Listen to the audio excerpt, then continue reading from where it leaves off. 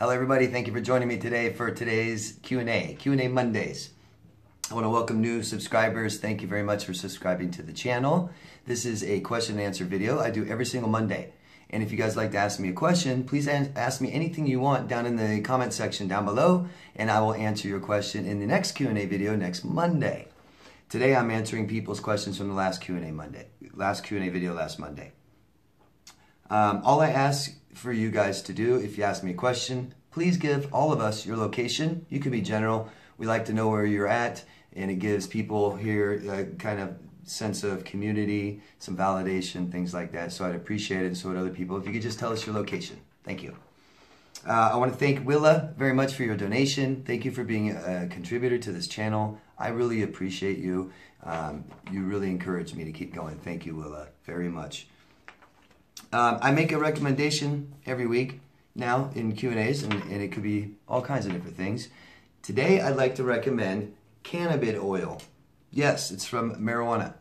And I have been looking and looking and looking for several years for things that help people recover from complex post-traumatic stress disorder.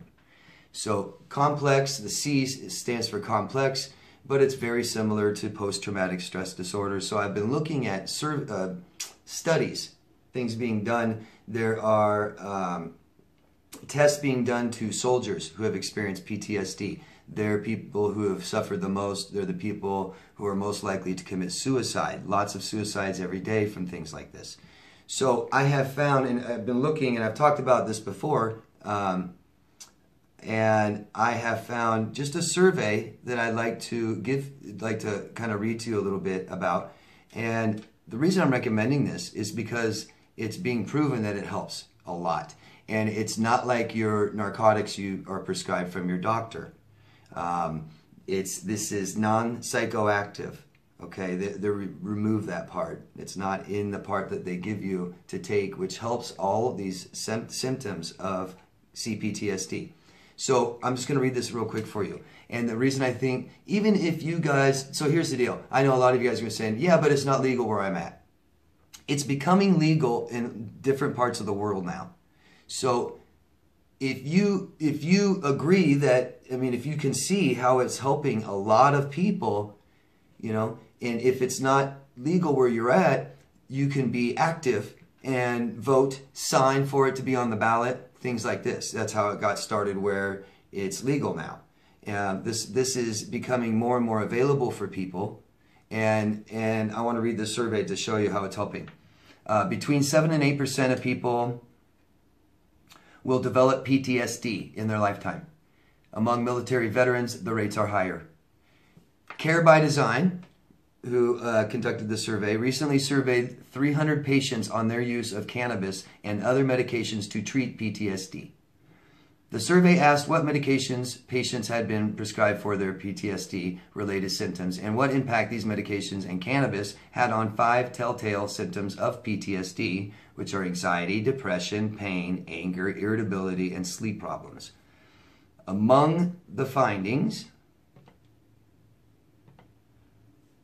respondents reported that cannabis was the most likely to improve PTSD symptoms and the least likely to make symptoms worse. Veterans reported being prescribed more pharmaceutical medications than civilians. So they were also more likely to be prescribed medications that generally worsened their symptoms, including antipsychotics, narcotic pain meds, and so-called mood stabilizers. The most common medication prescribed for the treatment of PTSD among survey respondents was antidepressants. Yet few report these were effective. Only 18% of respondents say their depression got better on antidepressants. Half reported that their depression got worse on antidepressants. Roughly half of respondents reported that had been prescribed narcotics for PTSD, and a majority of them reported that their anger and irritability, depression, and sleep problems got worse while they were on narcotics.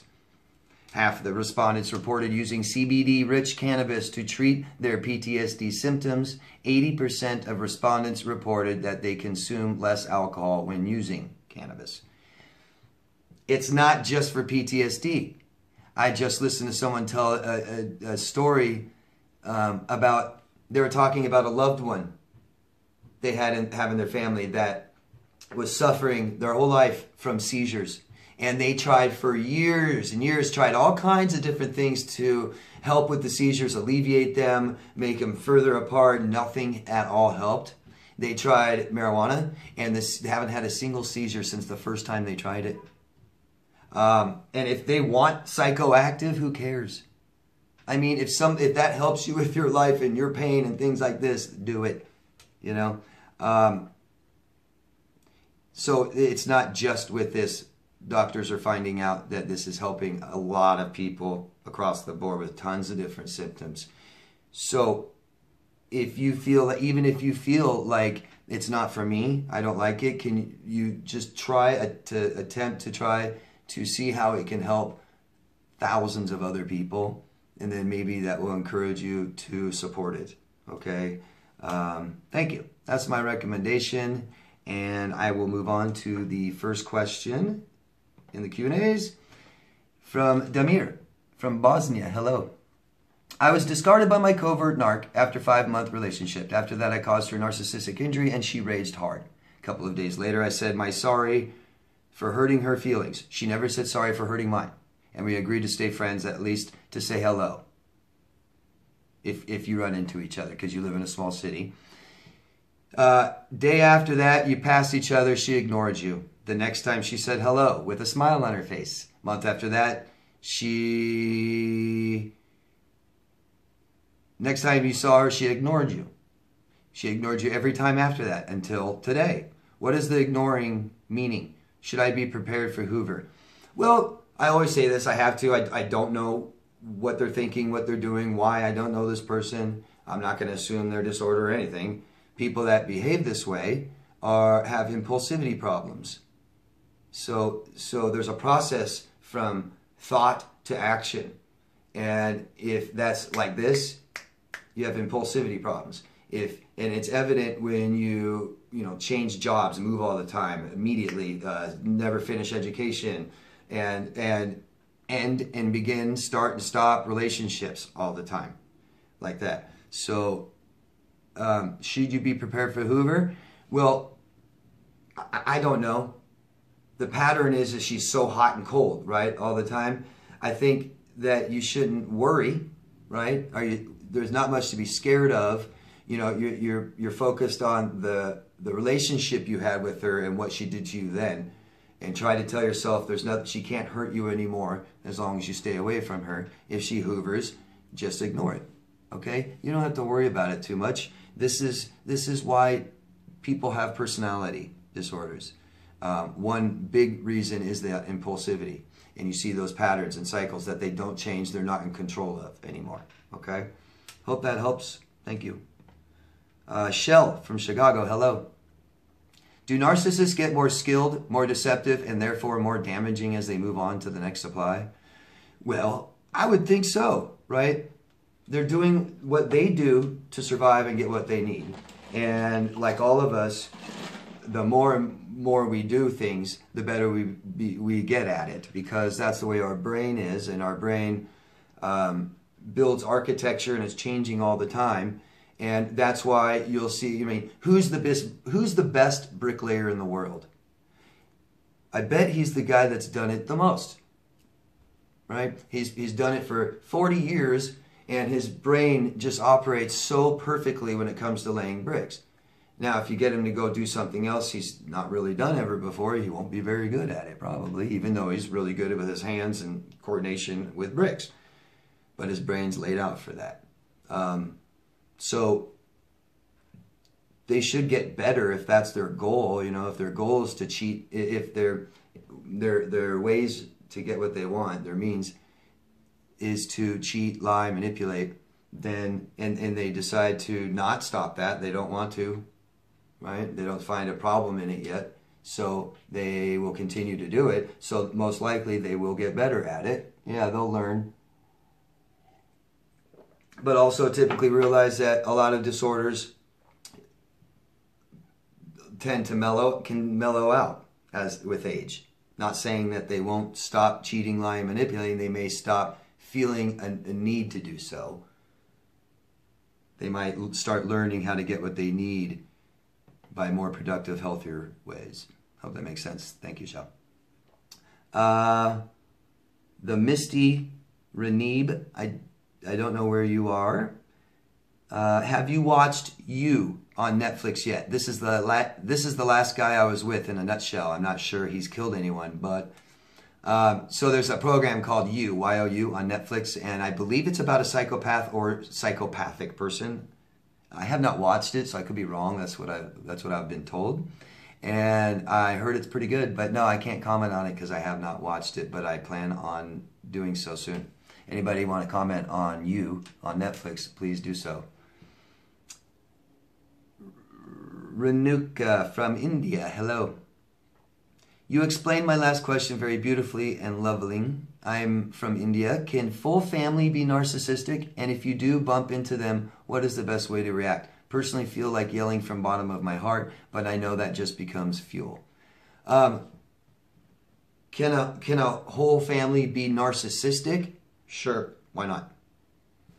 You're talking unhealthy, toxic, and very common in the same family. It's very uncommon. You have half very toxic, half very healthy. Unless they're really not a family anymore, haven't been in much contact with each other. So, what do? Because you feel like yelling from the bottom of your heart? Well, it sounds like you got too close to them, and there's probably signs that they were toxic before you got this close. So try to learn what those signs were, and try to wait or be ready to see or feel those same things again with people, and start making different choices to not be around them maybe. What do you do at this point? You stop talking to them altogether. You have nothing to prove. You don't want to fight with them, okay? Just try to get away from them and move on, and add healthier people to your life. Ollie, I don't know where you're from. Guys, please give us your location when you ask a question. Tell us where you're at. Thank you. Thank you for your videos. You're welcome. Thank you. My question is how to stop the old narc triggers when starting a new relationship. I have been separated for around 1.5 years now. So let's say if you're starting a new relationship, yet you're being emotionally triggered about your past relationship still, you may not want to date yet. You may want to hold up. And I see you've been separated for 1.5 years now, but you're still having emotional triggers. So my question would be to you, Elliot, what have you done in that time? Right? It's like this. It's like most people have issues and problems in their childhood or from their childhood. So we don't judge. It's just, that's fine. Just what have you done since then? What have you done about it? Right? So I would assume that there's a lot more things you need to have been doing for this 1.5 years, and so you can start now. It's never too late. So if you're not quite sure what those are, ask a professional who does. Okay? That's my opinion. Those are things to think about. We don't want to take in our old relationship into a new one. It's not fair to you. It's not fair to them. But if that's where it is, and you don't want to let this person go, and you love them, and you think they're great in your life, try to explain this to them. Try to focus more on yourself right now than that relationship, and just let them know what you're doing, and get some help, and start working on this past relationship until you feel better about it, until you totally understand everything that happened, and it doesn't bother you anymore, and you're not scared. Things like this, okay? Because if you're having emotional triggers or flashbacks, stuff like this, your brain's still living in that time. Okay? So that's telling you it needs to be closed to move on. We don't just move on and leave it behind. And that might be, it might still be kind of open, right? So just go back and close it. And ask a professional if you don't know how to do that. It's always the best thing to do. Fernando from Brazil. Hello, Fernando. A girl I always thought had narcissistic personality disorder told me she has borderline personality disorder.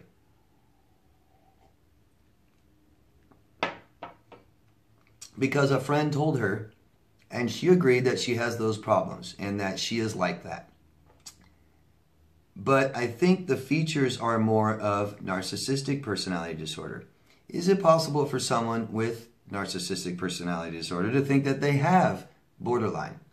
Or they would never assume they have a mental problem? Is it possible she has both? Several questions here. Last one, is it possible she has both? Yes, disorders are very, very possible to have more than one disorder. Not even just personality disorder. Someone, with borderline personality disorder could have eating disorders, addictive disorders, dissociative disorders, and another personality disorder. They could have narcissistic personality disorder. Try to realize that those cluster B disorders, I believe, and I could be wrong, but I believe that they're all somewhat on that spectrum, narcissistic spectrum, just as every human being is somewhere on that spectrum. I just think that borderline's a little bit higher than most. I think. They could be somewhat narcissistic, not necessarily have that disorder, but they could have both. So this is clear. One thing that I want to make clear, everybody, is one thing we never do, ever, is diagnose ourselves. No. That is the most irresponsible, reckless thing that you could do with your own mental health. Really, is to diagnose yourself. And especially when it comes to personality disorders, okay? Because we're talking about extremes here. And when you get to personality disorders, that's very extreme. The next step is, psychotic, really ill. So we don't diagnose ourselves. So I don't care what anybody says they are, unless a doctor told them they are, right? I hope that answers your question. But I think the features are more, is it possible for someone to think they have? Yes, of course it's possible for a narcissist to believe they're borderline. Yes. And it's possible to have both anyways. Hope that makes sense. Ask me more if it doesn't, please. And where are we here?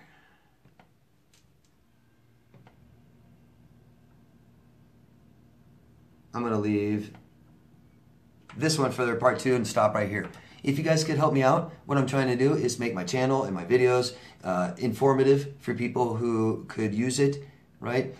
Even if my videos or channel is something that grabs someone's attention out there that's looking for answers and helps and finds it and at least directs them in the right, or pushes them in the right direction to get the help they need.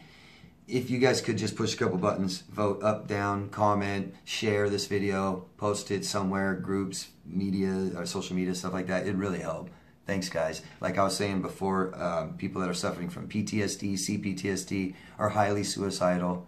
Lots of them killing themselves every single day. So sometimes maybe a button or something could save someone's life. Thanks, guys. I will see you in part 2. Bye.